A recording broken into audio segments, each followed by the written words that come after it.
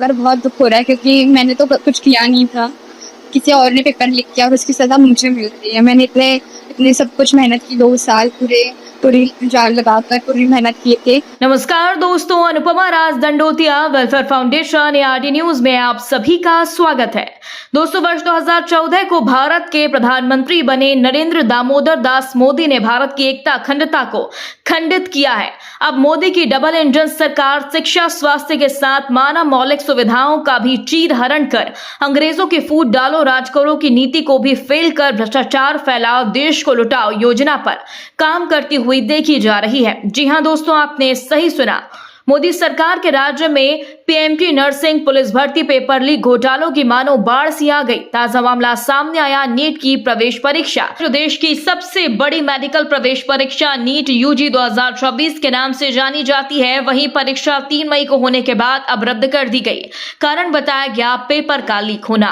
दोस्तों, 3 मई 2026 को जो नीट पेपर लीक हुआ, लाखों छात्रों ने जी जान लगाकर परीक्षा दी, जो पिछले कुछ दिनों से पेपर लीक की सही शिकायतें पाए जाने के बाद रद्द कर दी गई। दोस्तों, नीट के संदिग्ध पेपर लीक की जांच के बाद 12 मई 2026 को नेशनल टेस्टिंग एजेंसी NTA ने 3 मई को हुई परीक्षा रद्द करने का ऐलान कर दिया।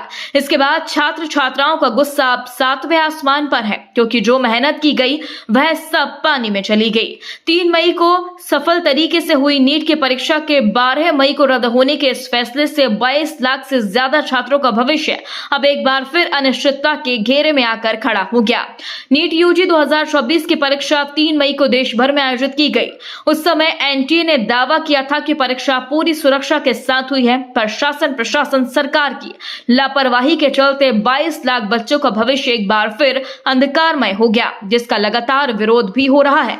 पर मोदी की डबल इंजन सरकार और न्याय के साथ राज्यपाल, राष्ट्रपति आंखें मूंदे बैठे हुए हैं। दोस्तों, नीट UG 2026 परीक्षा में GPS ट्रैकिंग, बायोमेट्रिक वेरिफिकेशन और AI कैमरों का इस्तेमाल किया गया था। शुरुआत में लगा कि परीक्षा शांतिपूर्ण रही, लेकिन 6 मई को छात्रों ने दावा किया कि परीक्षा से पहले जो गैस पेपर सर्कुलेट हुआ था, उसके सवाल असली पेपर से बेहद ज्यादा मिलते जुलते हैं। दोस्तों, 7 मई 2026 नीट परीक्षा को लेकर पहली बार NTA को राजस्थान और उत्तराखंड से धांधली की आधिकारिक शिकायतें मिली।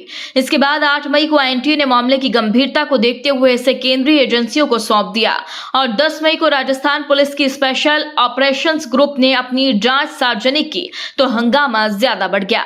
दोस्तों, SOG के मुताबिक परीक्षा से पहले तकरीबन 400 सवालों का एक सेट बांटा गया था।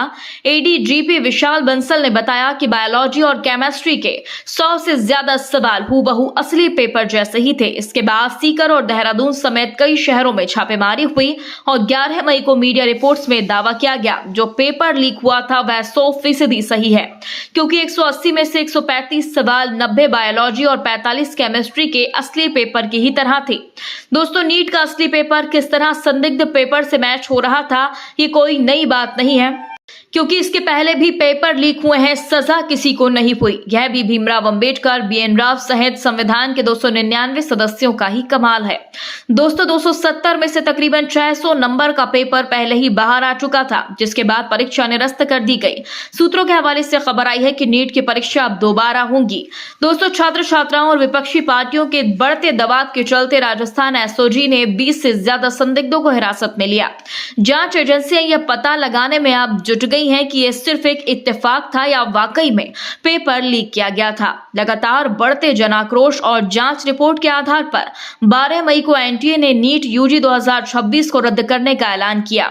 अब यह परीक्षा दोबारा आयोजित होंगी, जिसके लिए NTA जल्द नई तारीखें ऐलान करेगी।